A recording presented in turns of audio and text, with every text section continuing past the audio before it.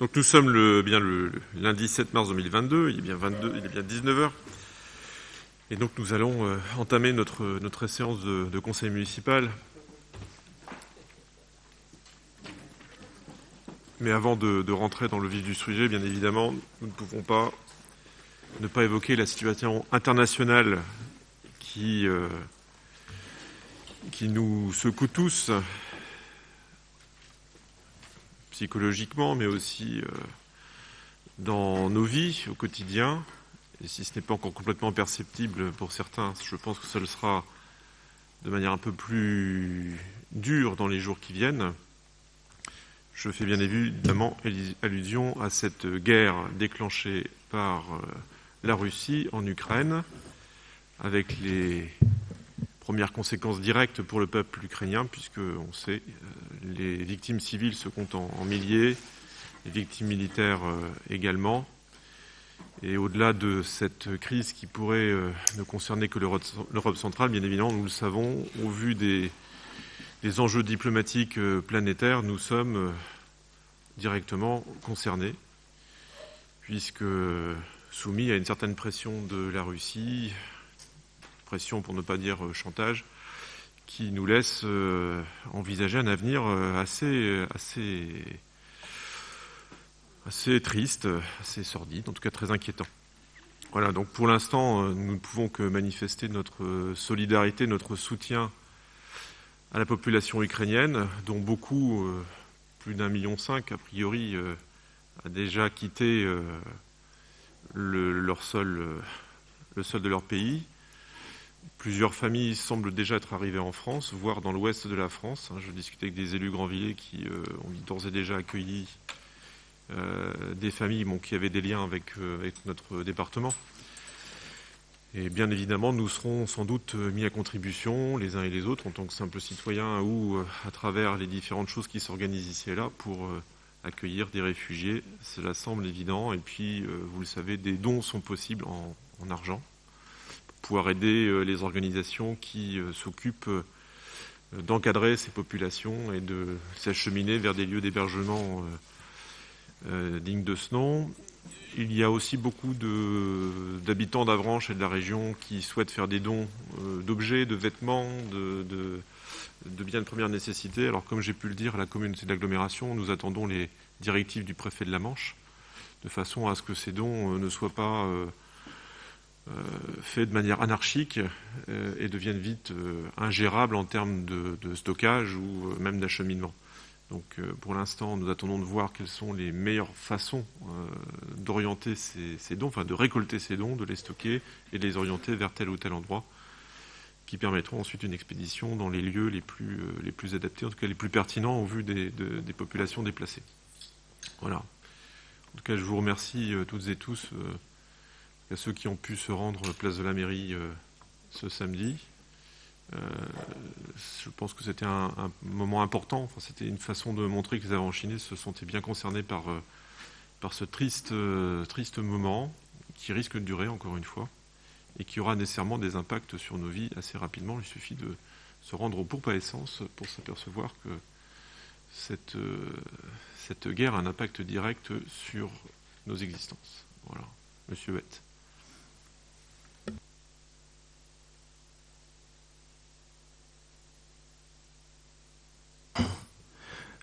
Merci, monsieur le maire.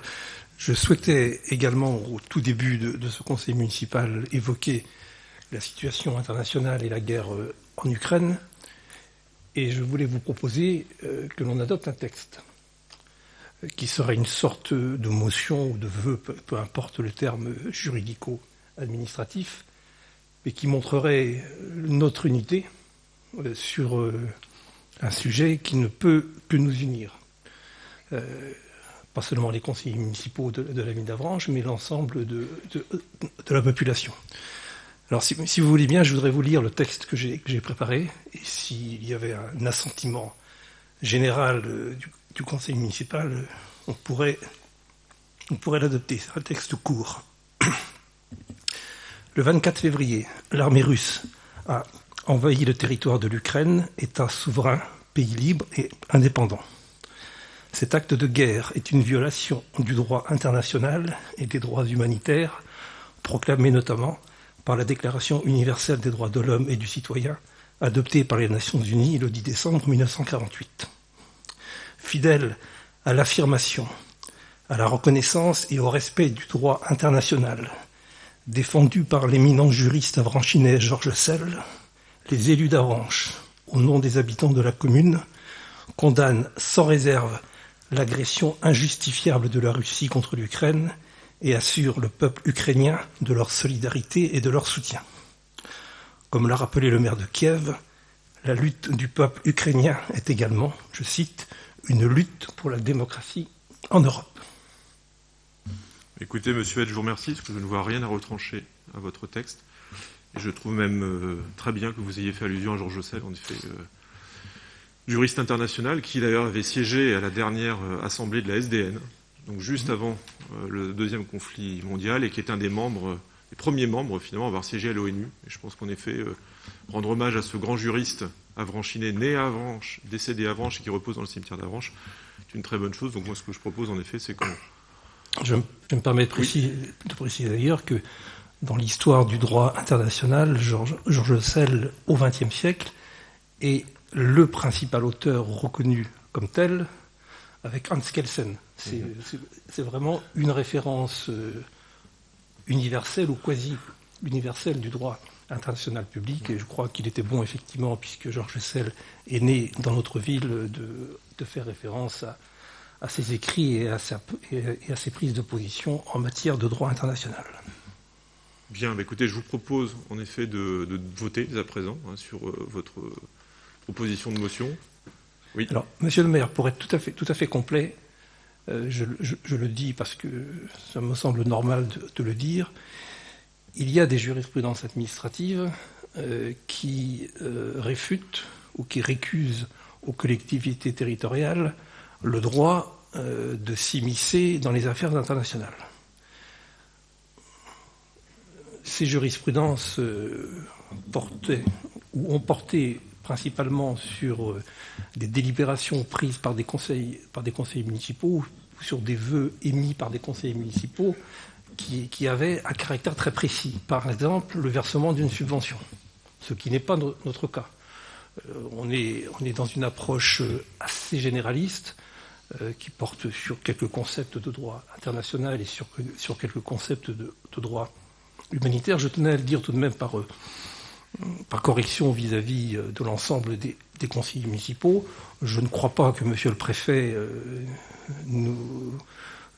viendra nous chercher sur cette délibération ou sur cette motion, mais on verra bien. Et de toute façon, je crois que dans les circonstances qui sont celles que vous avez rappelées tout à l'heure, circonstances dramatiques, on ne doit pas non plus être empêtré dans un juridisme excessif. Et qu'après tout, c'est pas un grand risque à prendre que de voter une motion, et on verra bien après si le représentant de l'État a des remarques ou pas à faire. Enfin, une motion reste une motion.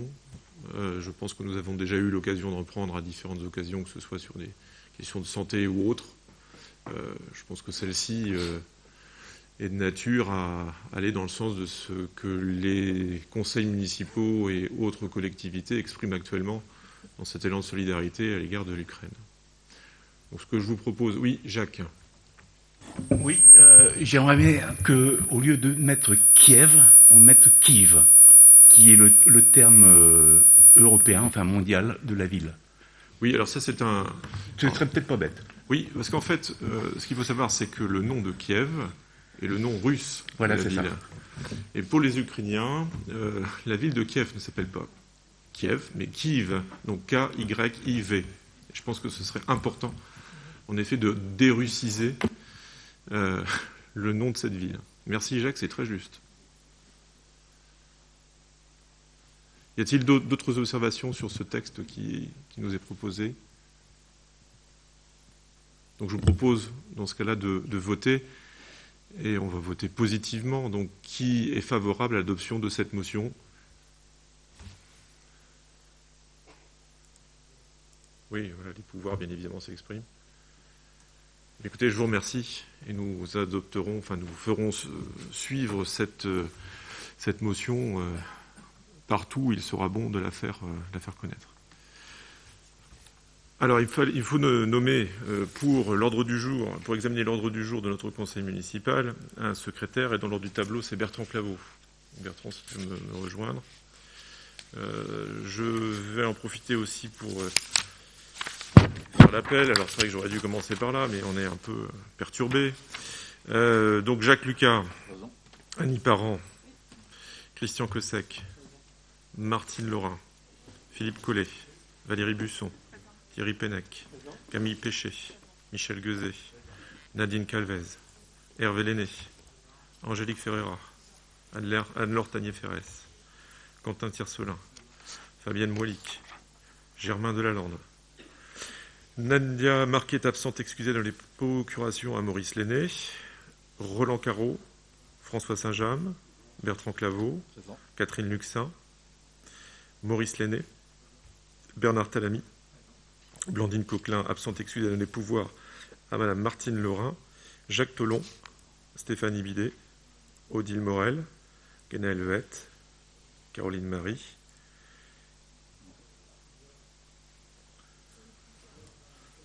d'accord, Jean-Paul Ranchin, Régine Joncher, Christophe Jardin, Stéphanie Louchard, d'accord, Laurence Tirard. Bien, écoutez, je vous remercie. Alors, il nous faut adresser des condoléances. Condoléances à un de nos collaborateurs au sein des services techniques.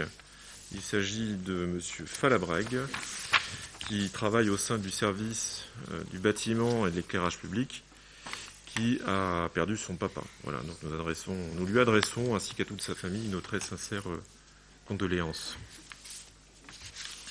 Donc vous avez tous reçu l'ordre du jour, bien évidemment, moi je l'espère. Vous avez également pris connaissance du compte-rendu de notre dernière séance. Et donc je me permets de vous poser cette question traditionnelle, à savoir s'il y a des observations, des remarques ou des modifications à faire pour ce compte-rendu. C'est bon pour tout le monde, donc je propose de passer au vote. Y a-t-il des votes contre? Pas de vote contre, des abstentions, pas davantage, donc unanimité, je vous remercie. Alors avant de rentrer dans l'ordre du jour, après avoir en parlé, donc je vous propose de retirer la question numéro 17, puisque nous avions prévu un point sur la modification du phasage des travaux concernant la basilique Saint-Gervais. Or, finalement, après consultation des différents acteurs qui interviennent sur ce chantier, eh bien, nous restons sur le phasage initialement proposé par l'architecte. Voilà, donc cette question numéro 17 n'a plus lieu d'être. Nous allons pouvoir aborder le point finance. Donc, point finance composé de 3 points. C'est Philippe Collet qui va rapporter ces 3 points. Et je lui cède donc la parole. Oui, merci David. On passe ça, non? Ou pas? Hein,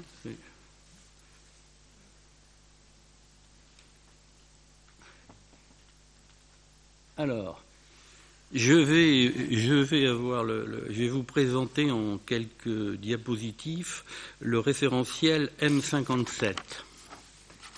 Donc, alors la M57 remplace la M14, donc celle qu'on utilise actuellement, la M52 du département et la M71 de la région.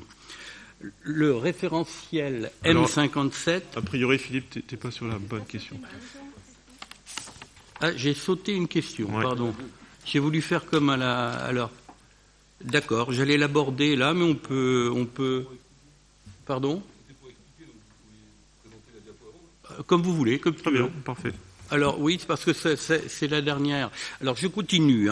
Donc je reprends la M57 remplace la M14, la M52 du département et la M71 de la région. Alors, le référentiel M57 a vocation à être généralisé à compter du 1er janvier 2024 pour toutes les collectivités locales et leurs établissements publics administratifs.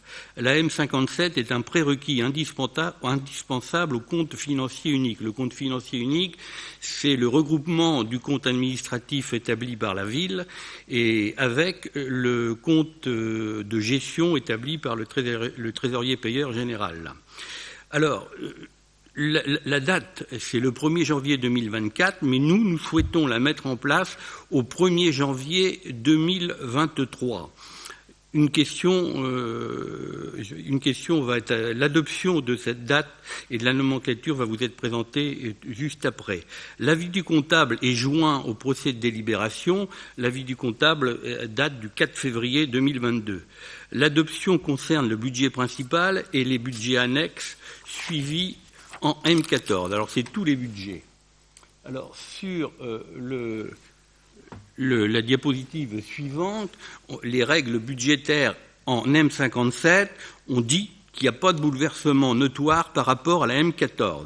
Le deuxième paragraphe me semble important. Il y a un vote obligatoire d'un règlement budgétaire et financier. Ce règlement budgétaire et financier décrit les procédures de la collectivité, rappelle les normes à suivre, fixe les règles en matière d'autorisation d'engagement, d'autorisation de programme et de crédit de paiement. Il doit être adapté au plus tard à la séance précédant l'adoption de la première décision budgétaire. On peut imaginer que le budget primitif sera voté en décembre, donc la première décision budgétaire, ce sera le DOB qui sera voté dans le dernier trimestre de l'année. On a un zoom sur les autorisations de programme, appelées AP, ça concerne les investissements, et les autorisations d'engagement AE qui concernent le budget de fonctionnement. On nous dit tout simplement que le périmètre est identique à celui de la M14. Les AP constituent la limite supérieure des dépenses qui peuvent être engagées pour l'exécution des investissements. Les AE, c'est la même chose, mais ça concerne le budget de fonctionnement. Elles demeurent valables sans limitation de durée jusqu'à ce qu'il soit procédé à leur annulation. On parle, et le terme est important, on parle de caractère pluriannuel. Les crédits de paiement constituent la limite supérieure des dépenses pouvant être ordonnancés ou payés pendant l'année pour la couverture des engagements contractés dans le cadre des AP et des AE correspondantes.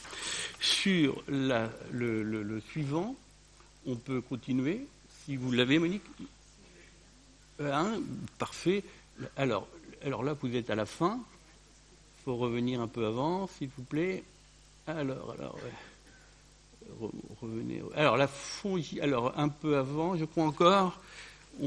Alors voilà, les règles budgétaires en M57. Alors quand on parle de règles, on parle aussi de possibilités. Donc je vais vous parler de la fongibilité des crédits, je vais vous parler des dépenses imprévues. On va avoir deux diapos sur l'amortissement des immobilisations et les exceptions à la règle du prorata temporis, et on va également échanger sur les subventions d'équipement versées. Alors, qu'entend-on par fongibilité des crédits? Diapo suivante, s'il vous plaît, Monique. Alors, la diapo suivante concerne spécifiquement la thématique de la fongibilité des crédits. Alors, je l'ai retraduit de la façon suivante et par cette phrase. La fongibilité des crédits permet à la collectivité de procéder à des virements de crédits de chapitre à chapitre au sein d'une même section, à l'exception des crédits relatifs aux dépenses du personnel et dans la limitation de 7,5% des dépenses réelles de chacune des sections. Il nous est dit un peu plus bas que les virements de crédit doivent être transmis à la préfecture et au comptable, et le conseil municipal, encore appelé assemblée délibérante, doit statuer également sur ces mouvements. Donc là, on retrouve les trois structures de transparence que sont le conseil municipal, la préfecture et le trésor public. Ensuite, on va parler des dépenses imprévues. Donc nous y sommes, le cas particulier des dépenses imprévues. Alors déjà, on va se dire que les dépenses imprévues dans l'esprit de la M14 n'existent plus. Les dépenses imprévues dans l'esprit de la M14 n'existent plus. Cependant, nous avons la possibilité de voter des chapitres de dépenses imprévues comportant uniquement des AE et des AP dans la limite de 2% des dépenses réelles de chacune des sections. Et là, on a une deuxième possibilité. On a vu la possibilité précédente qui s'appelle la fongibilité, et là, on voit cette règle des 2%. Alors, je rajoute et je lirai simplement la dernière phrase de cette diapositive. Cette faculté n'existe que pour les collectivités qui se sont dotées d'un RBF, c'est-à-dire d'un règlement budgétaire et financier. Ensuite, on parle de l'amortissement des immobilisations et les exceptions à la règle du prorata temporis. Alors, on va se dire que les amortissements, c'est une technique comptable qui permet de constater la dépréciation de la valeur d'un bien. Alors, ça concerne évidemment l'ensemble de l'actif immobilisé. Alors, le passage à la M57 ne modifie en rien le périmètre des dépenses obligatoires des collectivités et donc du champ de l'amortissement obligatoire. Mais il est conseillé de prendre une nouvelle délibération fixant les durées d'amortissement et les différents choix de la collectivité. Le point 3 a son utilité réelle. L'application de la règle du prorata temporis ne remet pas en cause les plans d'amortissement en cours. Elle s'applique uniquement pour les immobilisations nouvelles.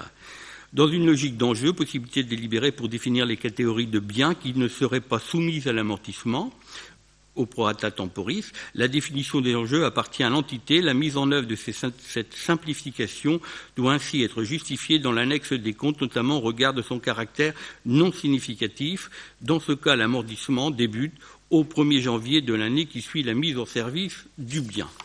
On va passer à la deuxième diapositive sur cette même thématique. Et cette thématique qui parle de l'amortissement des immobilisations et des exceptions à la règle au prorata temporis. Et là, je vous propose de retenir deux termes, deux locutions. La première étant la structure principale et la deuxième étant par composant. Et je vais prendre un exemple. Supposez que l'on acquiert un bien immobilier, qu'on décide d'amortir ce bien immobilier sur 25 ans, donc à raison de 4% par an. On pourra le déstructurer. Donc la structure principale étant le bien immobilier, mais on peut admettre qu'on amortira la toiture sur 15 ans et les huisseries sur 7 ou 10 ans. Donc voilà ce que cette règle veut dire, c'est-à-dire c'est vraiment une vraie souplesse qui nous est donnée. Hein. Et là on répète aussi qu'il n'y a pas de rétroactivité. Alors ensuite on va passer... Je vais un peu vite. Ensuite, on passe, aux subventions d'équipements versées. Alors, c'est bien les subventions d'équipements versées. Supposez que nous fassions une acquisition ou que nous ayons un projet avec l'agglo. Eh bien, l'agglo pourrait porter le projet et donc la collectivité pourrait donner un fonds de concours à l'agglo. À propos de fonds de concours, l'exemple suivant est plus parlant encore. Nous avons donné un fonds de concours à la Cité d'Automne de 200 000. Eh bien, c'est ça, Martine, hein, de 200 000. Eh bien, cette subvention versée peut être amortie d'une façon identique au bien immobilier. C'est traduit comme ça dans la diapositive. La subvention doit être calée sur l'amortissement du bien que la subvention contribue à financer. Et quant à la collectivité versante, quand la collectivité versante n'a pas de visibilité sur la durée d'amortissement pratiquée par l'entité bénéficiaire, la durée d'amortissement doit être cohérente avec celle de l'immobilisation subventionnée. Donc voilà, c'est ce que je viens de dire. Une subvention non affectée au financement d'une immobilisation identifiée doit être comptabilisée en charge sur un compte de la classe 6. Voilà, on parle de provisionnement. Alors le provisionnement, c'est quoi ? C'est un constat comptable d'un risque probable, mais non certain. Elle répond à un principe de prudence. C'est une charge dans le cadre d'un compte de résultat. Alors, ce sont des dépenses obligatoires. Pour les communes, les provisions sont obligatoires dans 3 cas. L'apparition d'un contentieux, l'ouverture d'une procédure collective et le recouvrement d'un compromis. Elles doivent être constituées intégralement... Le recouvrement compromis. Merci Martine. Elles doivent être constituées intégralement sur l'exercice au cours duquel le risque ou la perte de la valeur est constaté. On peut aussi l'appréhender d'une façon facultative pour des autres risques et des dépréciations de biens.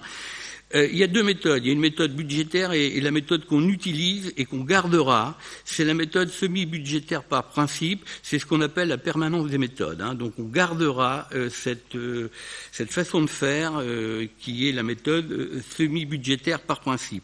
Par délibération nécessaire pour fixer le cadre général des provisions et des dépréciations, mais la délibération doit fixer de manière exhaustive chaque provision avec le montant à constituer, ajuster ou à reprendre.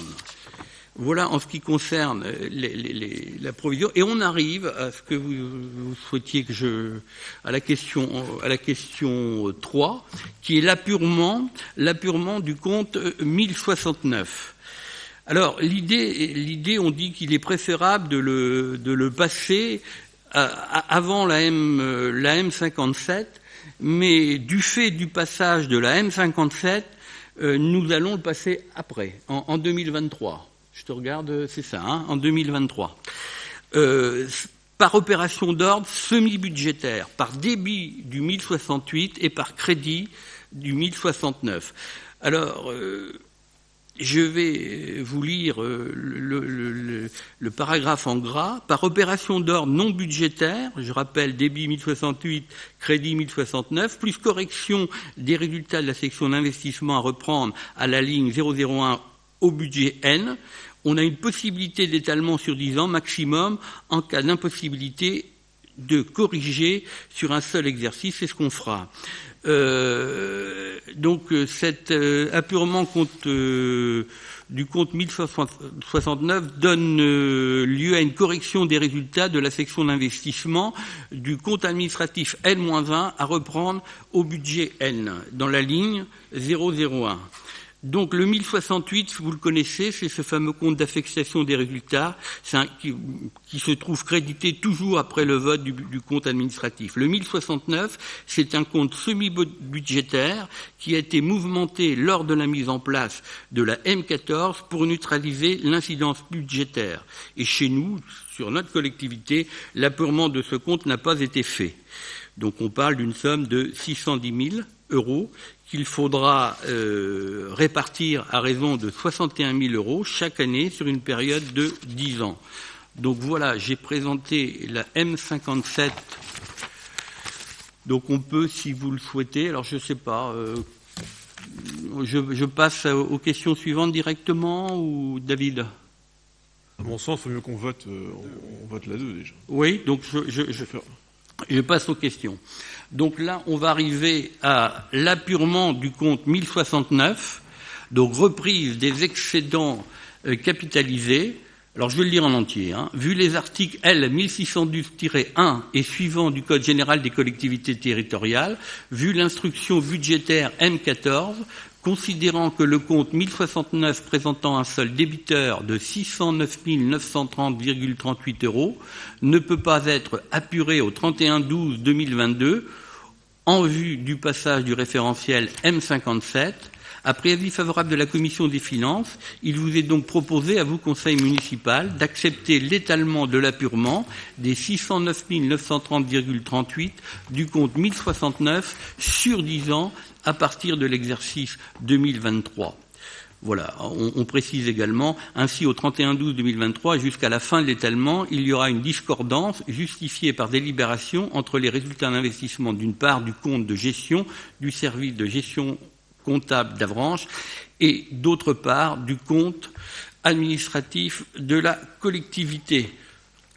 Je te repasse la parole, David, non ? Oui, déjà on va laisser la parole à l'Assemblée, savoir si tout le monde a bien saisi de ce dont il s'agissait.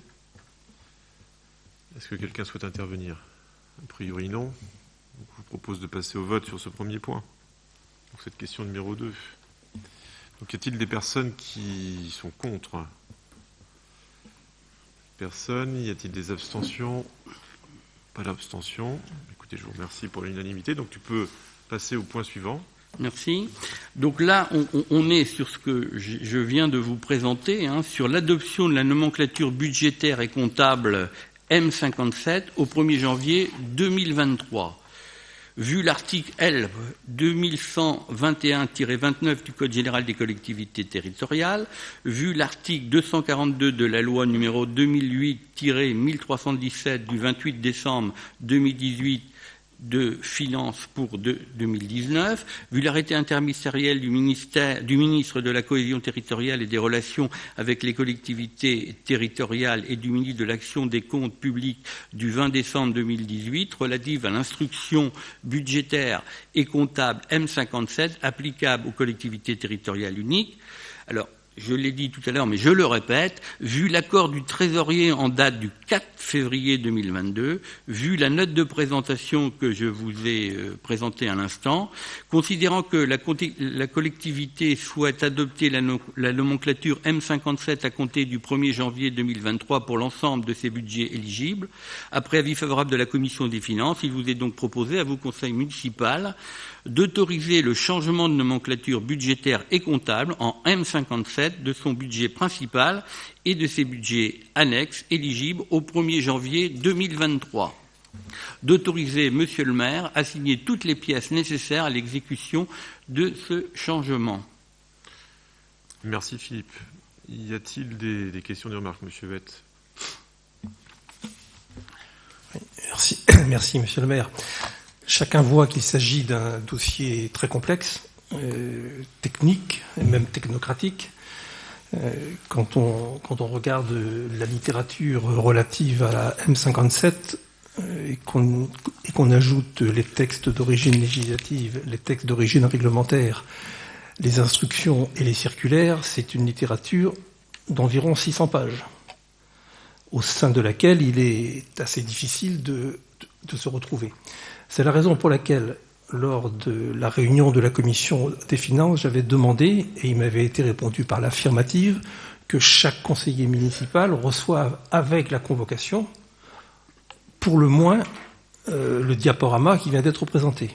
Alors, monsieur l'adjoint aux finances m'avait dit oui, c'est parfaitement normal. D'autres membres de la Commission des finances, membres de la majorité municipale, avaient également accepté cette demande. Or, le document ne nous a pas été fourni. Alors, monsieur Vette, je suis surpris parce que je pense qu'il a été envoyé, il a été envoyé à tous les conseillers. Alors, c'est ce que j'ai comme information, je suis désolé, il a été envoyé à tous les conseillers suite à la commission des finances, et vous avez raison de dire que je voulais... C'est ce que j'allais vous dire, monsieur Collet. Effectivement, sur les tablettes, on a reçu le compte-rendu de la commission des finances et a été annexé au compte-rendu de la commission des finances le diaporama. Mais il aurait été plus efficace, plus simple, et tout le monde l'aurait vu de le joindre, c'était 4 ou 5 feuilles, de le joindre à la convocation du conseil municipal. Moi, c'est ça que j'avais demandé. D'accord. Parce que je ne suis pas sûr, mais peut-être vous allez me dire le contraire, auquel cas ça nuance un peu mon propos, mais bon, tous les élus reçoivent systématiquement les comptes rendus des commissions, oui, même s'ils n'appartiennent pas aux commissions. Oui. Bon. Il n'en demeure pas moins que la pratique qui est la plus répandue, c'est que quand on est membre d'une commission, on va sans doute regarder le compte-rendu de la commission à laquelle on appartient, et un peu moins, c'est sans doute un tort, mais un peu moins les comptes-rendus des commissions auxquelles on n'appartient pas. Et c'est pour ça que moi j'aurais souhaité que ce tableau-là, enfin ce diaporama-là, puisse être, soit joint pour tous les conseillers municipaux à la convocation. Voilà. C'est vraiment un sujet qui est très compliqué, qui nous engage, qui nous oblige, et on va la délibérer, ça va prendre 5 ou 10 minutes. Voilà, vous comprenez bien que je ne suis pas certain que chacun puisse voter en connaissance de cause. Je vais répondre. Alors je vous rejoins, monsieur Vette. Nous avons tous besoin, pour savoir de quoi il s'agit, d'un niveau d'information satisfaisant. La M57, elle existe dans d'autres collectivités. Je pense au département, par exemple. Elle est utilisée aussi dans d'autres milieux. Je pense au milieu hospitalier. Enfin, c'est une maquette budgétaire extrêmement compliquée, tout aussi compliquée que la M14. Donc, nous allons envoyer des documents qui vont bien, mais j'invite aussi les collègues qui sont intéressés par ces questions de finances à se former. Alors, il existe, quand on est conseiller municipal partout en France, des organismes de formation qui peuvent être pris en charge par la commune. Donc je pense que ça peut être aussi une option sérieuse que d'envisager avant la fin de l'année un temps de formation qui permettrait à chacun de bien comprendre de quoi il s'agit.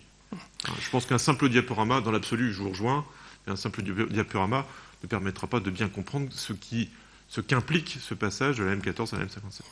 Sans doute, mais il y aurait eu ce diaporama, ça aurait été quand même une pièce supplémentaire pour nourrir la réflexion des uns et des autres. Sur les formations, bien entendu, sauf que les formations, par définition, elles vont intervenir a posteriori, c'est-à-dire après le vote du conseil municipal. Là, on va devoir délibérer.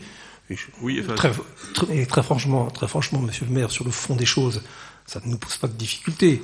Et on va de toute façon voter, et de toute manière... C'est une obligation. C'est ce que j'allais vous dire, et de toute façon, la M57 va devenir obligatoire, on n'a pas le choix, à partir de 2024. Et je trouve qu'il est bien d'anticiper, de l'adopter en 2023, parce que comme ça, on aura un peu plus de temps pour se mettre dedans. J'ai bien compris l'idée. Alors, ceci étant, je voudrais quand même obtenir quelques précisions. Alors, je ne vais pas en demander beaucoup, parce que je pourrais en demander beaucoup, mais je vais me limiter à quelques précisions. La M57 ne change rien par rapport à la M14 en ce qui concerne l'énoncé des principes budgétaires qui fondent le droit des finances des collectivités locales. Le principe de l'annualité, le principe de l'universalité, le principe de l'unité, le principe de spécialité et le principe de sincérité. Je voudrais simplement m'attacher au principe de l'annualité. Vous avez décidé, on a collectivement décidé de voter, et je trouve que c'est une bonne chose, je l'ai dit au dernier conseil municipal, en tout cas au conseil municipal consacré au vote du budget. Nous avons donc décidé de voter le budget avant la fin de l'année qui le précède, ce qui me semble être, encore une fois, une bonne chose. Ceci étant, en votant le budget avant le 31 décembre, donc pour l'année qui suit, va se poser le problème des décisions modificatives. Donc je voudrais savoir, au moins au niveau du principe, au moins au niveau de ce que vous envisagez, de quelle manière vous allez articuler les décisions modificatives. Parce que, encore une fois, un budget voté avant le 31 décembre va entraîner obligatoirement des décisions modificatives. Deuxième question que je voudrais vous poser, elle porte sur la notion d'opération. Dans l'instruction M57, les collectivités ont la possibilité d'opter pour un système dit d'opération pour les investissements, ce qui permet une plus grande souplesse dans l'utilisation des crédits. Donc ma question, c'est est-ce que vous allez opter, est-ce que vous allez nous proposer d'opter dans le courant de l'année, bien entendu, quand on vote le budget primitif, mais quand on votera des décisions modificatives, est-ce que vous opterez pour ce système, ce système d'opération, qui est une possibilité donnée par l'instruction. Troisième question, et j'en aurai deux autres après, mais je veux m'arrêter à cette troisième-là pour l'instant. Je voudrais être sûr d'une chose. J'ai posé la question à la commission des finances en ce qui concerne la fongibilité. Vous avez présenté, et c'est vraiment une information qui me semble importante, vous avez présenté la fongibilité comme une nouveauté. Je crois que la fongibilité n'est pas une nouveauté. La distinction entre la M57 et la M14, c'est que dans la M14 que l'on va quitter, que l'on va abandonner, la fongibilité était possible au niveau de l'article budgétaire. Et, à ma connaissance, la fongibilité devient maintenant possible au niveau du chapitre, ce qui permet une souplesse supplémentaire. Voilà les trois premières questions que je voulais vous poser. Alors, sur la fongibilité, dont acte, vous avez raison. Et sur les deux, vous me les rappelez, vos deux premiers points, M. Vett ? Sur les opérations, je peux vous dire un mot. Sur les opérations et sur l'annualité budgétaire. Oui, alors ça va être identique à la M14. On ne va rien changer, ça va être comme sur la... C'est-à-dire ? Eh bien, les décisions modificatives, s'il faut en prendre, on les prendra comme on le faisait avec la M14. Ça va pas être... C'est une pratique ordinaire. C'est une pratique ordinaire. Je sais bien. On l'a intégré, pour ce passage à la M14 de manière tout à fait naturelle. C'est-à-dire qu'en effet, s'il y a des ajustements à faire, des ajustements budgétaires, Nous passerons par cette décision modificative de manière tout à fait ordinaire. Mais d'un point de vue purement technique, hein, et ne voyez dans mon intervention que des demandes techniques, pas autre chose. Non. Encore en plus, on est contraint, qu'on veuille ou qu'on veuille pas, on la prend la M57. Donc c'est pas une intervention de nature politique, entre guillemets, c'est une intervention de nature technique. Mais ce que je voulais dire, c'est que lorsque l'on vote le budget avant le 31 décembre pour l'année à venir, il y a des ajustements qui sont on est encore inévitables. On est encore plus obligé de prévoir des décisions modificatives. On est d'accord. Je voulais qu'on soit bien d'accord là-dessus. Ou pas, parce que si les estimations, les évaluations sont justes, sont à peu près précises, et je pense que c'est aussi le travail des services, les décisions modificatives, il peut très bien y en avoir. Même si les évaluations sont précises. Les faits changent. Oui, bien sûr. Voilà, donc on est obligé de faire des décisions modificatives. Qu'on soit bien clair, la proposition qui est faite d'anticiper le passage à la M57, c'est aussi pour nous, avec notre directeur des finances, qui, je le rappelle, est un très bon spécialiste des finances publiques, puisqu'il vient de la fonction publique, des finances publiques, je vais y arriver, c'est de se muscler au cours de cette année, pour pouvoir être sûr, en tout cas en termes de méthodologie, de la manière dont ça se passera à l'avenir. Enfin, je crois que l'idée, juste précisément, de ce passage à la M57 anticipé, c'est précisément de mieux voir quels sont les écueils, avec en effet, comme vous le dites, la possibilité, mais rien n'est certain, de faire appel plus que d'habitude, plus que de coutume, à des décisions modificatives. Oui, après, sur les opérations, enfin, je sais pas si oui, en somme, la M57 s'assoit sur les grands principes de la M14. Alors pourquoi on crée une M57 ? Telle est la question. C'est parce que les services de l'État demandent aux collectivités d'anticiper. L'anticipation et demande aux collectivités la pluriannualisation. C'est ça. Et donc, alors, comment ça se traduit ? Lorsqu'on fera un projet, eh bien, on nous incitera à comment utiliser les AE et les AP. Voyez-vous, ce sera ça. Les autorisations de programme et les autorisations d'engagement. Parce que le projet physique, il va être phasé sur 3 ans. Donc la réalité, il faut que la trésorerie ou le paiement se fasse également sur 3 ans. Quand j'avais commencé avec Hervé, on l'avait déjà anticipé. Les autorisations de paiement en finance. Il y a ça. Je vais aussi... l'anticipation, c'est ce qu'on a fait dernièrement lorsque on a demandé un prêt de 4,5 millions qui s'assoit sur un PPI et non sur un simple investissement. Ça, c'est de l'anticipation. La subtilité de la chose réside aussi sur le fait que sur un bien immobilier, on va l'amortir, je reprends mon exemple, sur 25 ans, 15 ans pour la toiture, 10 ans, mettons, pour les huisseries. On voit bien, lorsqu'on sait que l'amortissement, c'est une recette d'investissement. Je vous l'accorde, ça mouvemente un compte de la classe 6. Mais c'est quand même sacrément important de pouvoir faire ça. Donc, voyez-vous, c'est l'esprit de cette M57 qui doit améliorer la lisibilité et la qualité des budgets. C'est ça l'esprit. Mais les grands principes de la M14, ils restent. Alors, voilà. Vous m'accorderez, parce que c'est écrit dans les instructions M57, dans les nombreuses instructions, que le fondement principal, le ressort principal du passage de la M14 à la M57, c'est de rapprocher les règles de la comptabilité publique de celles de la comptabilité privée. Bien sûr. C'est ça le fondement principal, parce que ce que vous avez dit est juste, mais il s'agit d'adaptation de techniques budgétaires dans un souci principal, dans un souci majeur, qui est de rapprocher la comptabilité publique de la comptabilité privée. C'est ça la M57. Et d'une certaine manière, plus de clarté.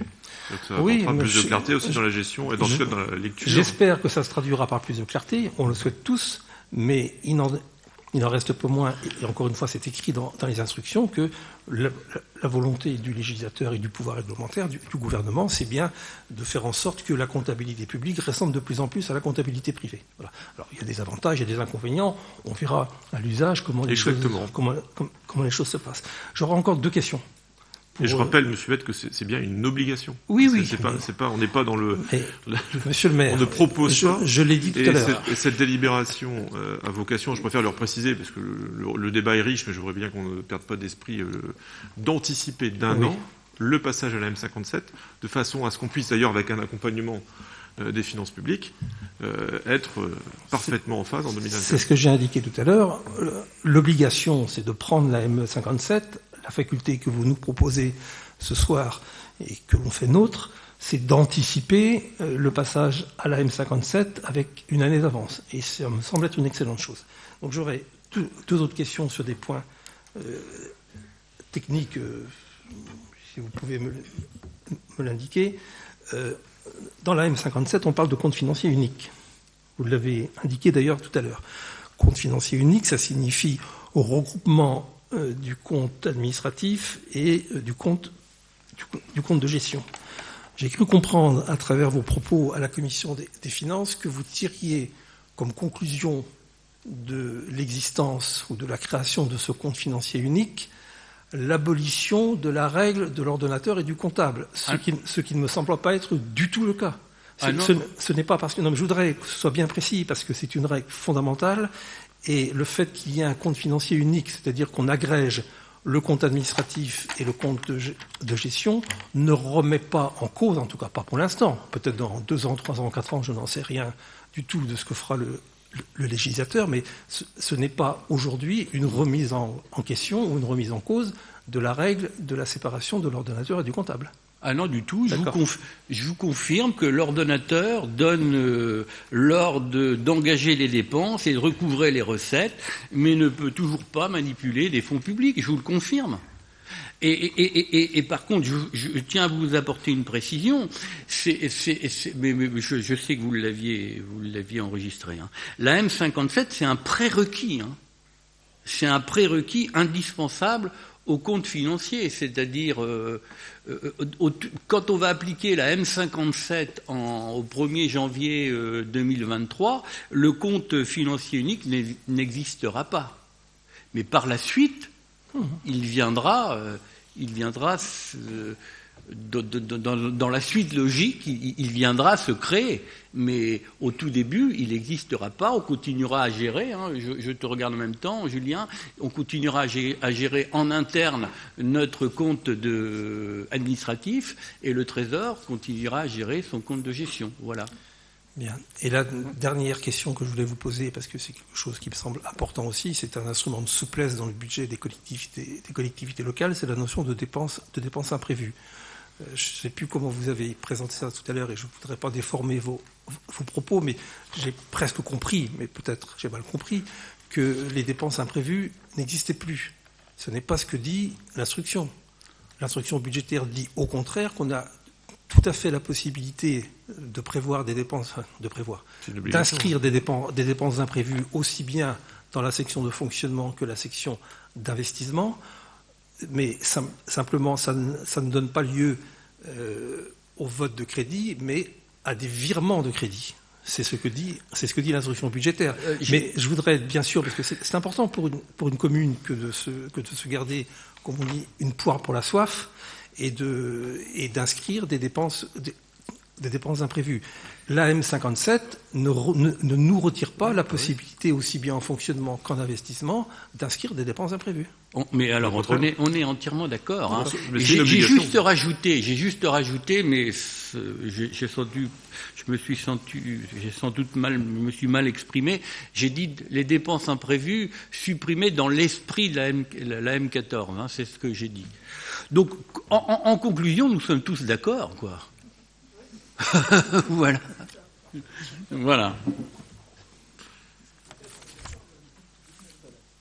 Très probablement, mais vous me permettrez de vous dire qu'il est quand même normal qu'un conseiller municipal demande quelques indications, quelques précisions sur un dossier aussi lourd. C'est quand même le budget de la commune et l'argent des contribuables. Tout à fait. On est bien d'accord. C'est vrai que je pense que ce passage au changement de maquette, bon, alors c'est très formel, on est tous d'accord pour le reconnaître, mais va avoir un impact sur la façon dont on gère la commune. Nos relations aussi avec la trésorerie vont évoluer. puisque nous aurons l'obligation de procéder à la certification de nos comptes d'une manière assez différente, puisque les trésoriers, malheureusement, vont disparaître. Alors c'est une grande réforme en France qui bouleverse très largement la vie de nos communes, en tout cas la vie budgétaire et les procédures ordinaires que nous avions que nous avions l'obligation de conduire. Donc on anticipe, ce qui nous permet d'observer et puis d'être dans les clous dès l'année prochaine avec la capacité de tester notre efficacité, l'efficacité des services. Et quoi qu'il en soit, moi je suis assez content parce que notre service finance est déjà bien en route pour pouvoir être opérationnel sans trop de difficultés. Juste dire un tout dernier mot en conclusion. Quand je vois, j'en ai parlé tout à l'heure, toute la littérature qui a été produite autour de cette M57, je ne peux pas m'empêcher de dire que si l'État s'imposait à lui-même les règles qu'il impose aux collectivités locales, sans doute le budget de la nation ne serait pas dans l'état dans lequel il se trouve. Eh bien, pour conclure, je vous rejoins. On est d'accord. Et je vous propose de passer au vote. Alors, y a-t-il des personnes qui s'opposent à cette question numéro 3, en tout cas à son contenu? A priori, non. Des abstentions, peut-être? Il n'y en a pas davantage, donc nous avons l'unanimité. Et je vous remercie. La question suivante nous permet de rester dans le domaine du budget, et Philippe Collet va évoquer la question des taux d'imposition, donc question ordinaire, qui se pose chaque année. Voilà, merci David. Alors on est sur le budget primitif de l'exercice 2022. On va vote des taux d'imposition. Alors le budget 2022 a été voté sans augmentation de fiscalité. Le processus de création de la commune nouvelle emporte la mise en œuvre d'une intégration fiscale progressive sur 12 ans, à compter de l'exercice 2020, avec une généralisation des politiques d'abattement de l'ancienne commune d'Avranches. Alors là, je vais reprendre sur ce paragraphe-là une de vos remarques, là, Monsieur Huette, de la Commission des finances. Suite à la réforme de la taxe d'habitation, le taux de la part départementale de la taxe foncière sur les propriétés bâties a été ajouté au taux appliqué jusqu'alors par la collectivité qui était de 23,69%. Le nouveau taux obtenu est donc de 45,11% depuis 2021. Et là, vous avez sous les yeux un tableau. Je vous laisse le consulter. Si je rapproche l'année 2022 à l'année 2021, on s'aperçoit qu'on est c'est identique. Alors, quand on dit taxe d'habitation supprimée, ça ne veut pas dire qu'elle est supprimée. Hein. Je m'étais mal exprimé la fois d'avant. Pardon. Ben, je vous en prie, c'était pour vous faire plaisir. Et donc, voilà, hein, donc elle n'est pas supprimée, hein, elle ne se touche plus de la même façon pour la ville. Hein. La taxe foncière sur les propriétés bâties, 45,11%, et la taxe foncière sur les propriétés non bâties, 29,3%. Donc, après avis favorable de la Commission des finances, il vous est donc proposé à vous, Conseil municipal, d'accepter cette proposition. Voilà. Bien, qui souhaite intervenir sur le sujet? C'est clair pour vous tous? Pas d'intervention? Donc on passe au vote. Eh bien, allons-y. Donc qui s'oppose à ces propositions? Personne. Y a-t-il des abstentions? Pas davantage, donc unanimité. Je vous remercie. Donc nous avons fini d'examiner les points de ce chapitre finance et nous allons pouvoir passer aux ressources humaines et donc je cède la parole à Valérie Busson.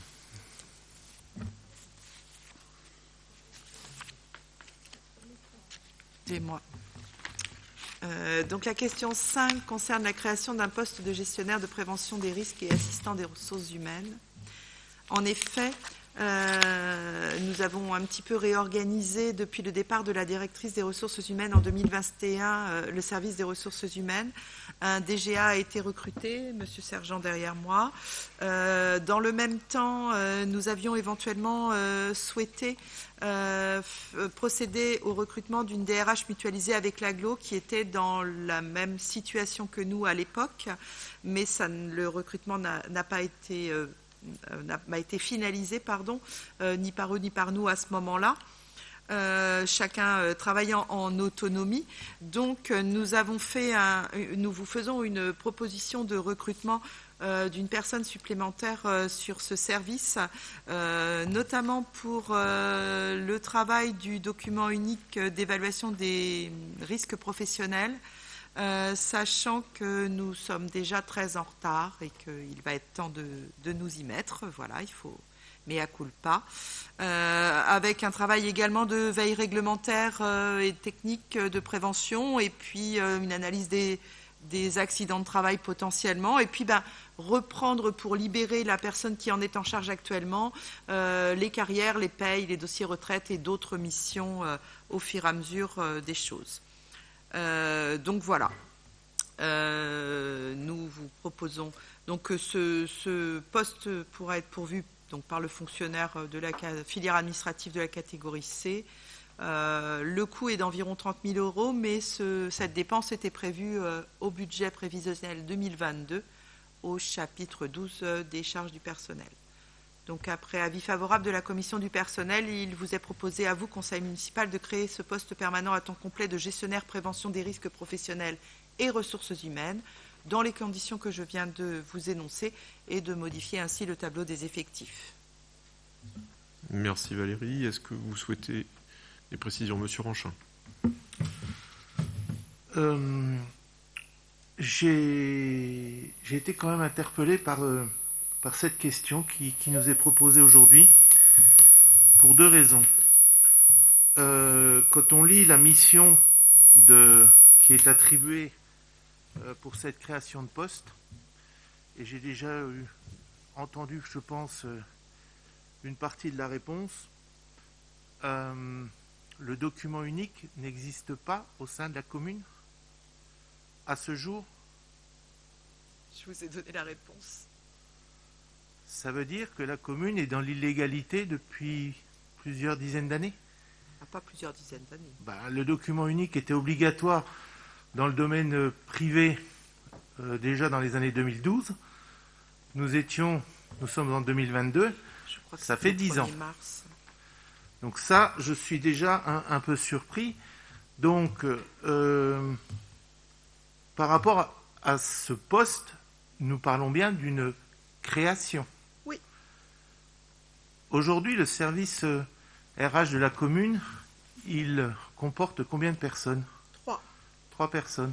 Pour combien d'agents, s'il vous plaît? Je ne sais plus le nombre exact. 180. 180 agents. J'allais dire 200. Mais...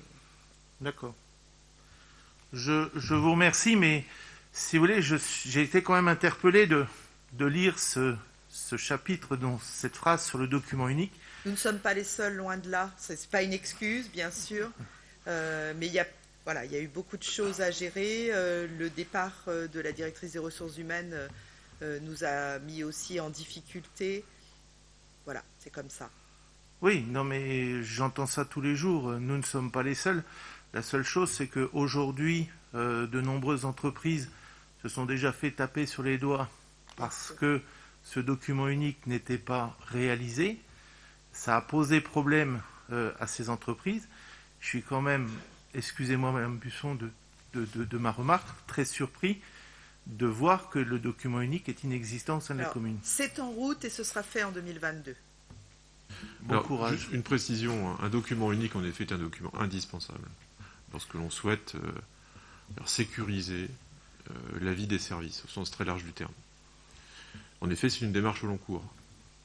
Élaborer un document unique, c'est plusieurs mois, voire plusieurs années, puisque c'est un travail minutieux d'examen de la façon dont les services travaillent. Et c'est d'autant plus complexe qu'il y a des métiers au sein de l'entreprise en question ou de la collectivité.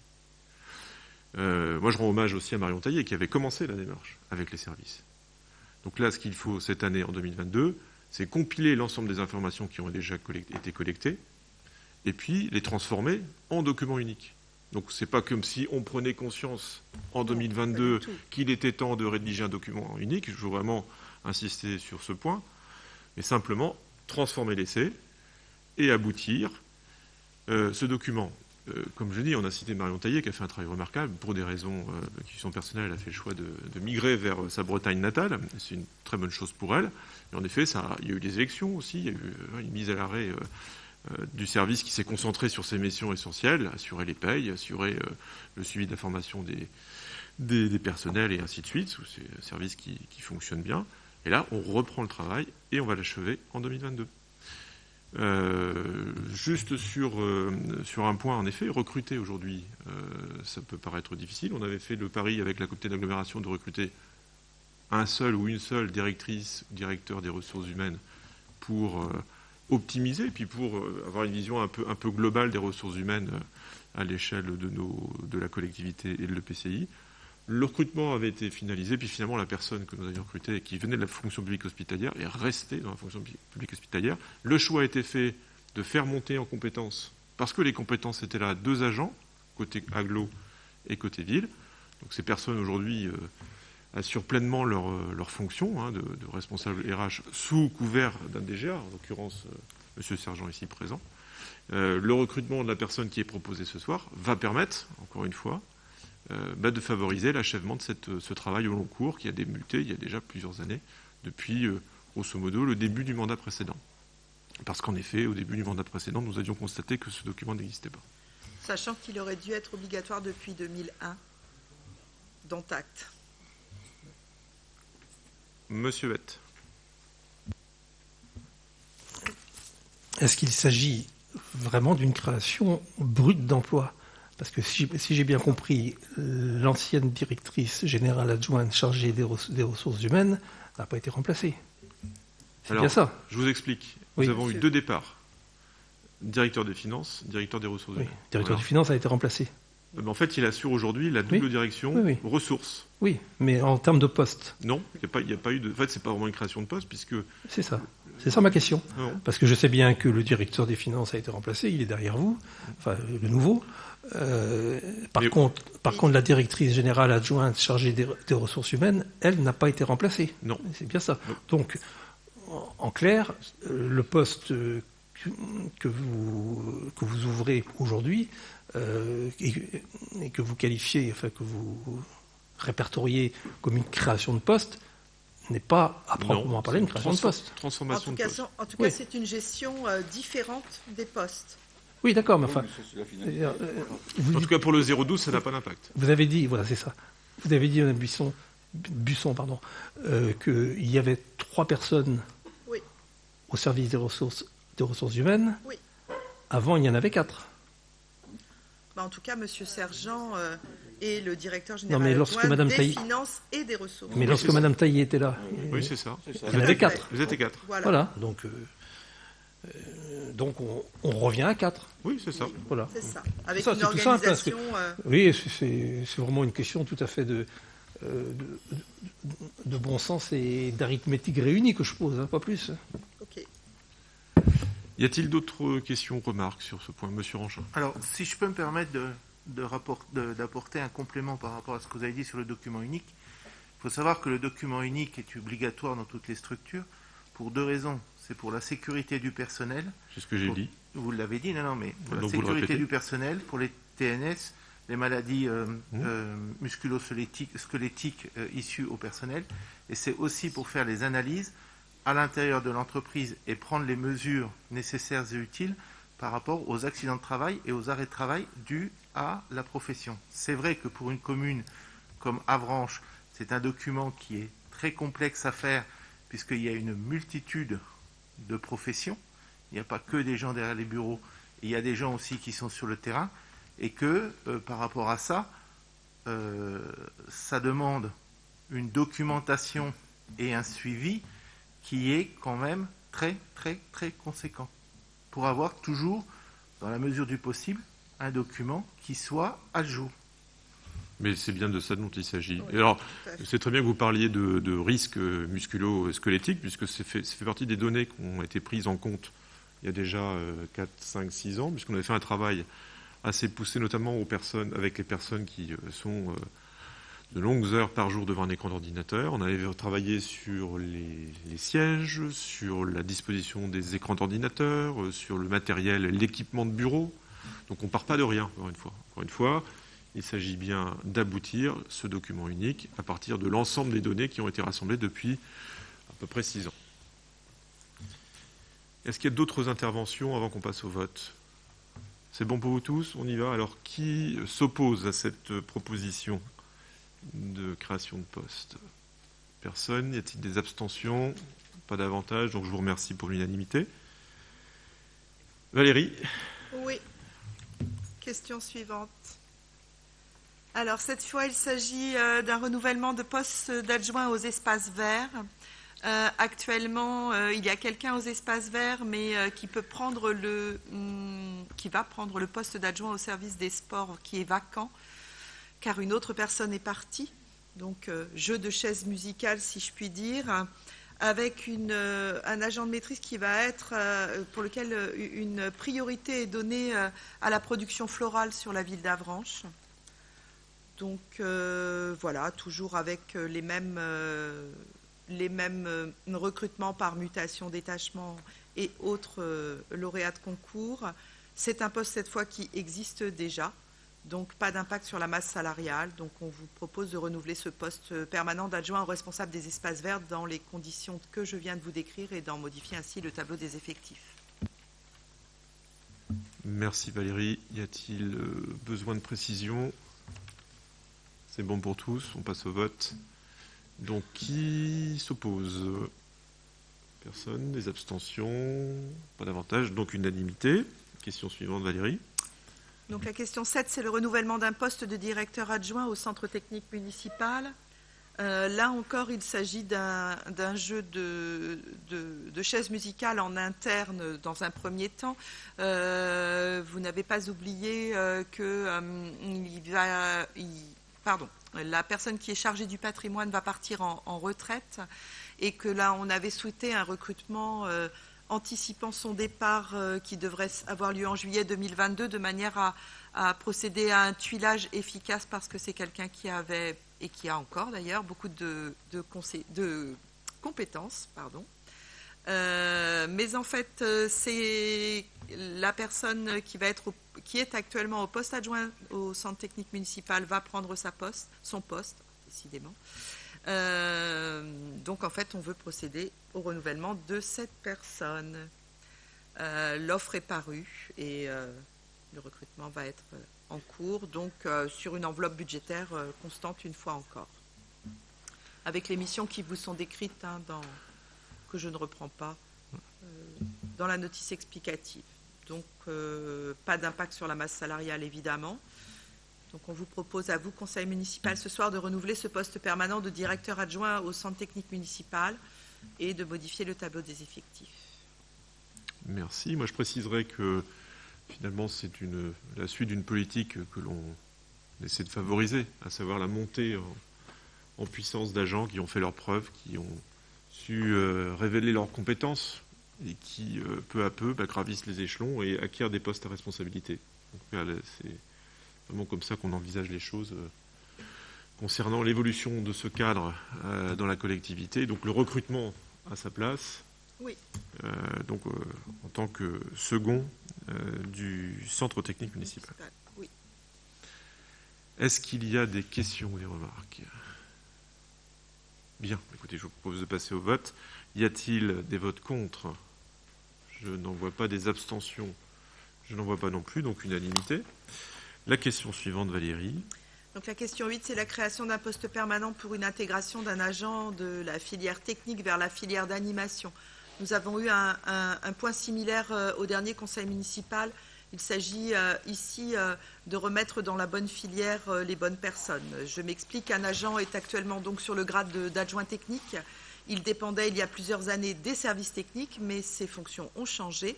Il effectue désormais des missions d'animation dans les écoles. Son grade ne correspond plus à ses missions. Il vous est proposé à vous, conseil municipal, après avis favorable de la commission du personnel, de créer ce poste d'adjoint d'animation qui a une grille identique à celle des adjoints techniques à temps complet, catégorie C, à compter du 1er avril 2022, grade équivalent à celui détenu actuellement, et de supprimer le grade d'adjoint technique, de nommer par intégration directe cet agent à ce grade à compter de la même date du 1er avril 2022 sur l'échelon égal à celui sur lequel il est classé actuellement et avec conservation bien sûr de l'ancienneté acquise. Merci Valérie. Est-ce que vous avez des questions? Pas de questions, pas d'intervention. Nous passons au vote. Y a-t-il des votes contre, des abstentions? Personne ne lève la main, donc c'est adopté à l'unanimité. La question suivante. Alors, la question suivante concerne la création de postes temporaires et d'emplois saisonniers, question récurrente bien sûr chaque année, pour lequel nous espérons l'amélioration de la situation sanitaire qui nous permettrait la reprise d'activité autorisée pendant la saison estivale. Et on essaye d'anticiper un petit peu bien sûr cet état de fait. Alors, concernant, si vous avez en mémoire les différents postes qui sont proposés chaque année, au service musée et patrimoine, il y avait habituellement 2 personnes recrutées. Cette année, il n'y en aura qu'une et il faut que vous fassiez appel à la mémoire d'un conseil précédent où une personne avait été recrutée à la fois sur son emploi saisonnier et à la fois sur la rédaction de l'Avranches Magazine sur un temps annualisé. Donc cette personne va effectivement assumer sa fonction de saisonnière sur le poste sur lequel elle a été recrutée. C'est la raison pour laquelle il n'y a qu'une seule personne en emploi saisonnier de noter dans le tableau. Dans le secteur de la jeunesse, il y a une personne recrutée à temps complet pour le stage sac à dos. Et en ce qui concerne les services techniques, à la fois juillet et août, ordinairement, il y avait une seule personne recrutée, le renfort saisonnier étant important, pas seulement à cause des congés de tous, mais également au regard de toutes les tâches qui incombent aux services techniques durant l'été. Nous vous proposons 2 postes pour chacun des 2 mois au lieu d'un. La rémunération, elle sera calculée sur la base du premier indice de l'échelle indiciaire du grade de référence indiqué dans le tableau que vous avez sous les yeux, pour un coût total de 22 500 € qui sont prévus au budget 2022 au chapitre 12 de charges du personnel, comme habituellement. Donc il vous est demandé, après avis favorable de la commission du personnel, de créer ces emplois saisonniers tels qu'ils sont présentés et de modifier ainsi le tableau des effectifs. Merci Valérie. Qui souhaite intervenir? Pas d'intervention, pas de questions. Écoutez, je vous propose de passer au vote. Y a-t-il des votes contre? Pas de vote contre, des abstentions, pas d'avantage, donc unanimité. Je vous remercie. On continue sur les ressources humaines. La question 10. Question 10, le renouvellement d'un poste temporaire agent d'accueil et de médiation à la direction musée et patrimoine. Donc, on vous avait proposé de remplacer quelqu'un qui est parti en disponibilité depuis le 1er mai 2021, qui exerçait les fonctions d'accueil et de médiation au sein de la direction des musées et du patrimoine. Cette personne, pour des raisons personnelles, ne souhaite pas renouveler son contrat.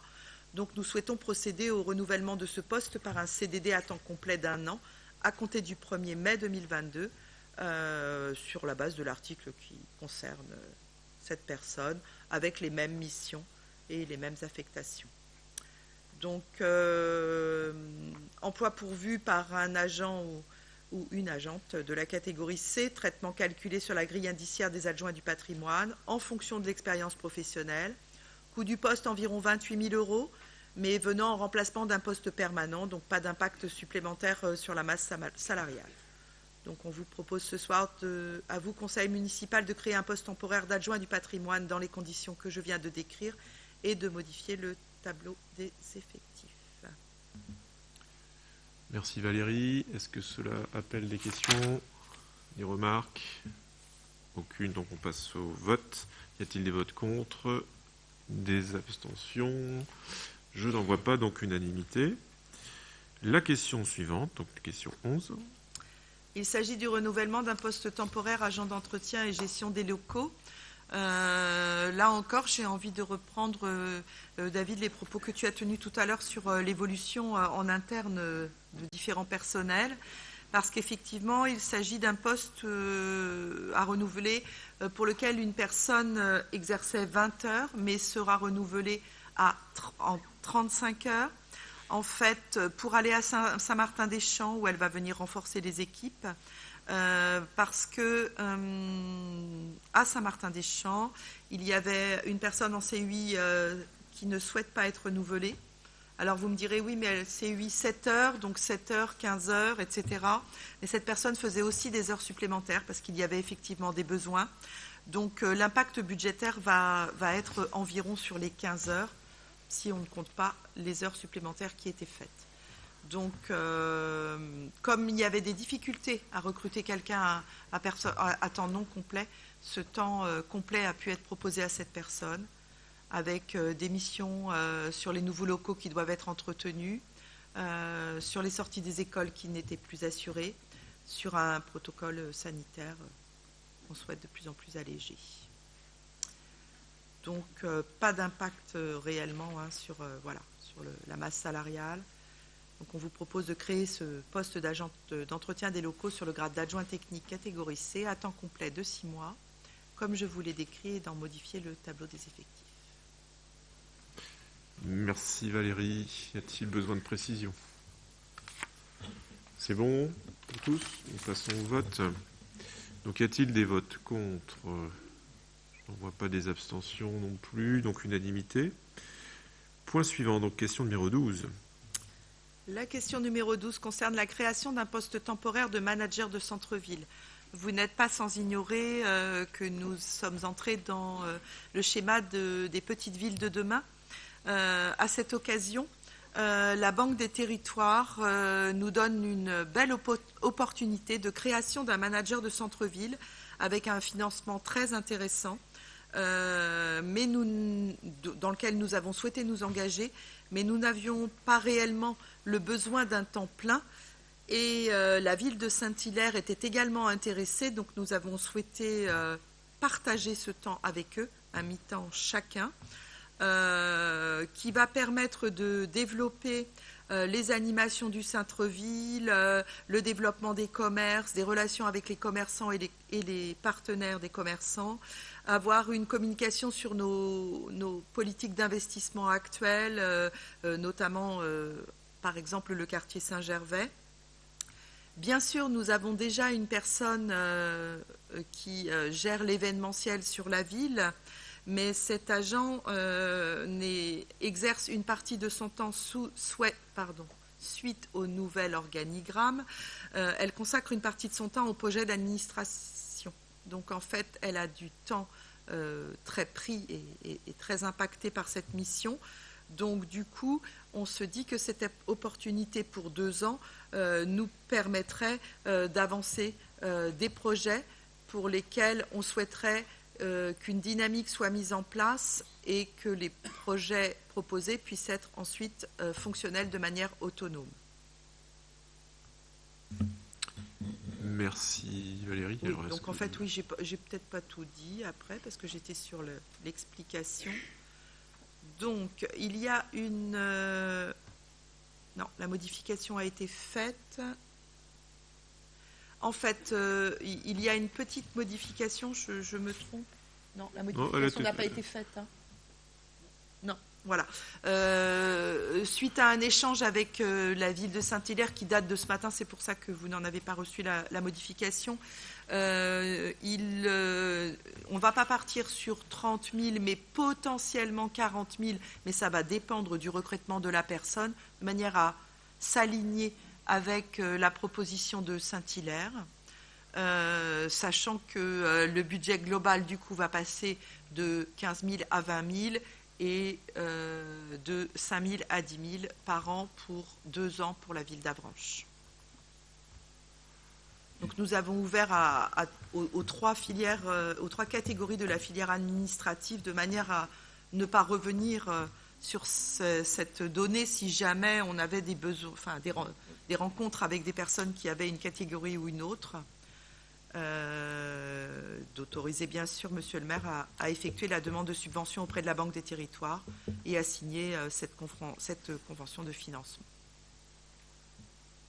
Alors je précise que ces dispositifs qui sont portés budgétairement par la Banque des Territoires correspondent aussi aux politiques gouvernementales dans le cadre du plan de relance.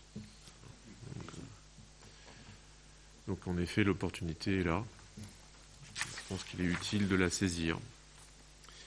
Y a-t-il néanmoins des questions ou des remarques sur ce point ? Écoutez, je ne vois personne se manifester, donc je vous propose de passer au vote. Qui est contre cette proposition ? Personne. Qui s'abstient ? Personne, donc unanimité, je vous remercie. Le point suivant, donc toujours dans les ressources humaines, c'est la question numéro 13. Donc la question numéro 13 concerne les élections professionnelles avec la création d'un comité social territorial, nouveau sigle CST, commun entre la collectivité et le CCAS. Donc vous n'êtes pas sans ignorer qu'il va y avoir des élections professionnelles en décembre, que là nous n'en sommes pas responsables, mais que nous avions d'abord le comité technique qui désignait ensuite les membres du CHSCT. Les deux instances vont devoir être réunies au sein d'une nouvelle instance qui va s'appeler le comité social territorial, pour lequel nous avons besoin d'une délibération pour le créer entre la ville et le CCAS. Donc vous en connaissez, je me permets de ne pas vous relire tous les décrets parce qu'en fait vous en connaissiez déjà bien le fonctionnement. Voilà.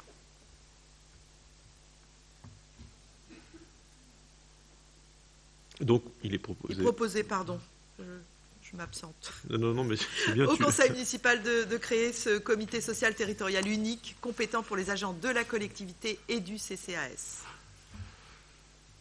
Bien, est-ce que cela appelle des questions, des remarques ? C'est très formel, hein, c'est réglementaire. Oui, c'est ça, on n'a pas le choix. Donc, passons au vote. Y a-t-il des personnes qui sont contre ou qui s'abstiennent ? Personne, donc unanimité, je vous remercie. Dernier point, ressources humaines. Donc, on est toujours dans ces élections professionnelles. Oui, tout à fait, c'est la suite. C'est la fixation du nombre de représentants du personnel au comité social, territorial et décision de recueil de l'avis des représentants de la collectivité. Donc, pour préciser, donc, ces élections de décembre auront lieu le 8 décembre et il appartient au conseil municipal d'en déterminer le nombre de représentants du personnel et de représentants de la collectivité au comité social territorial et le recueil ou non de l'avis de ces derniers.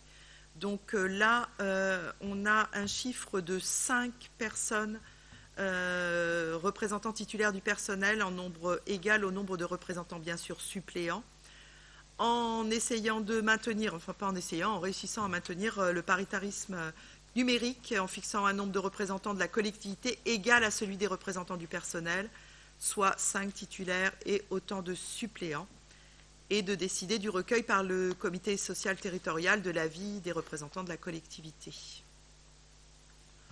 Donc vous avez les chiffres exacts qui sont nommés dans la notice explicative et qui se réfèrent aux effectifs. Merci Valérie. Monsieur Vette. Est-ce que vous pouvez, s'il vous plaît, rappeler quels sont les représentants de la collectivité ? Quels sont les représentants de la collectivité au sein du comité. Du comité social territorial ? Mais ils ne sont pas encore nommés. Alors, dans les instances actuelles, qui représente Alors là, vous me posez une colle. Vous ne l'avez pas ici, bon, c'est pas... Il y a 5 agents de mémoire. Et oui, non, ouais. Mais du côté de la collectivité, c'est-à-dire des élus. Je pense que...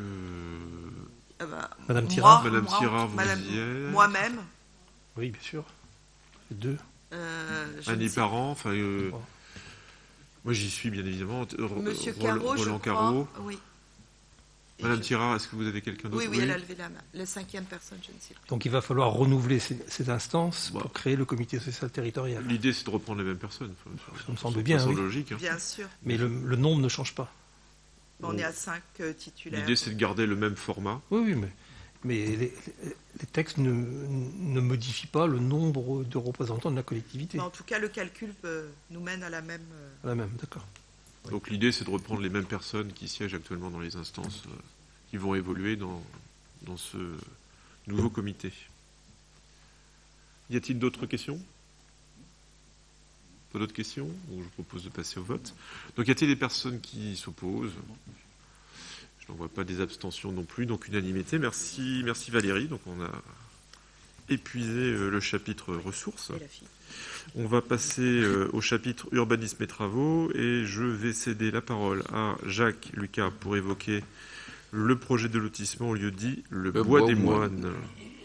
Alors le bois aux moines, donc sur la commune de Saint-Martin-des-Champs, donc c'est le projet, la réalisation d'un lotissement d'environ une dizaine de lots à bâtir sur les parcelles, donc 516 AD, 162, 163 et 164 au lieu dit le bois aux moines. La parcelle 516 AD 162 est actuellement classée en emplacement réservé numéro 4 au PLU pour la création d'une voie de désenclavement en zone NP où toute urbanisation n'est exclue sauf des ouvrages techniques nécessaires au fonctionnement des services publics d'intérêt général ou collectif ou des équipements d'infrastructures routières. Elle permettrait de désenclaver les parcelles 516 AD, 163 et 164 qui sont classées en 1 AU. Donc le promoteur achèterait les parcelles 516 AD 163, donc de 4033 m², et 516 AD 164 de 3773 m². Seule la collectivité peut acheter la parcelle 516 AD 162. Elle serait ensuite classée dans le domaine public communal. Donc, il vous est proposé d'acquérir la parcelle 516 AD 162 d'une contenance de 1921 m² au prix de l'euro symbolique, frais de notaire en sus. Voilà. Donc, après avis favorable de la commission urbanisme et travaux, il sera proposé au conseil municipal d'acquérir la parcelle 516 AD 162 d'une contenance de 1921 m² au prix de l'euro symbolique, de prendre en charge les frais de notaire, d'autoriser monsieur le maire à signer l'acte notarié et d'intégrer ensuite la parcelle 516 AD 162 dans le domaine public communal. Donc je pense que la carte qui est devant vous explique assez bien la situation, puisque bien évidemment c'est le fait de... Faut bien connaître Saint-Martin-des-Champs. Oui, mais je veux dire que c'est quelque chose qui est lié à la disparition du PLUI, parce que dans le PLUI, bien évidemment, on avait remis cette parcelle en constructible, puisque elle se retrouve enclavée, c'est-à-dire qu'on peut construire, mais on ne peut pas y accéder. Donc voilà, ça permet la parcelle qui est en bas, 162. Est-ce que vous pouvez mettre la flèche dessus, s'il vous plaît? Non. Voilà, 162. Voilà. Permettra de faire la voirie du lotissement, tout simplement. Merci. D'accord. Est-ce que cela appelle des questions?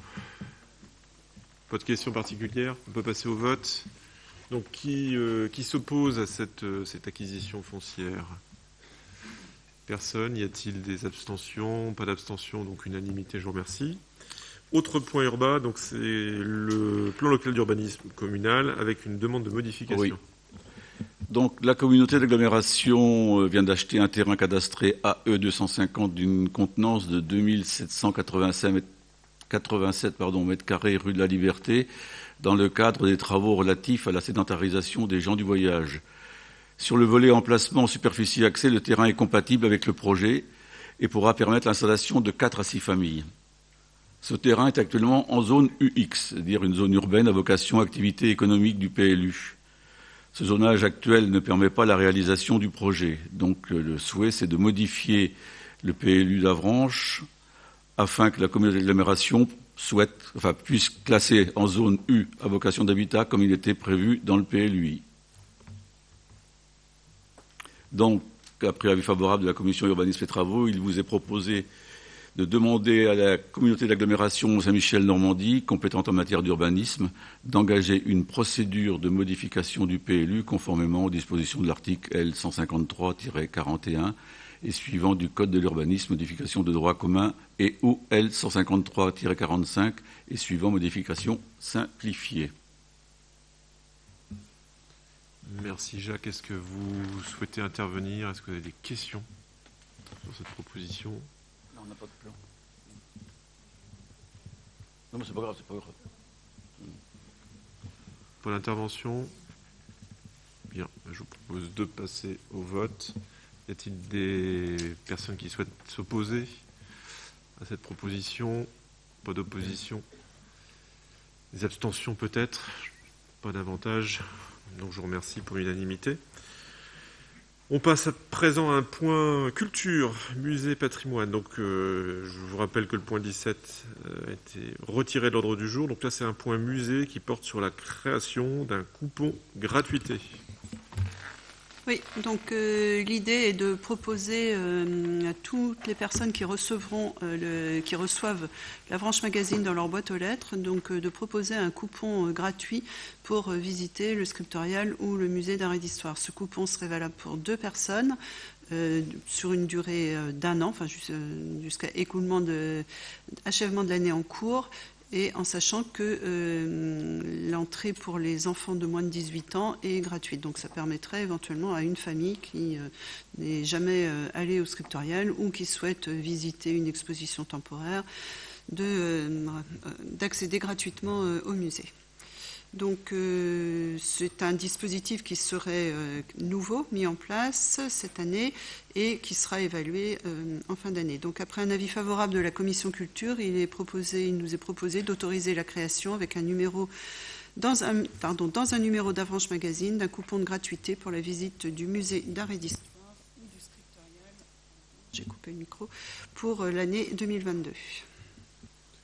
Merci Annie. Est-ce que cela appelle des commentaires? Oui. Alors, on va donner un micro parce qu'on ne t'entend pas.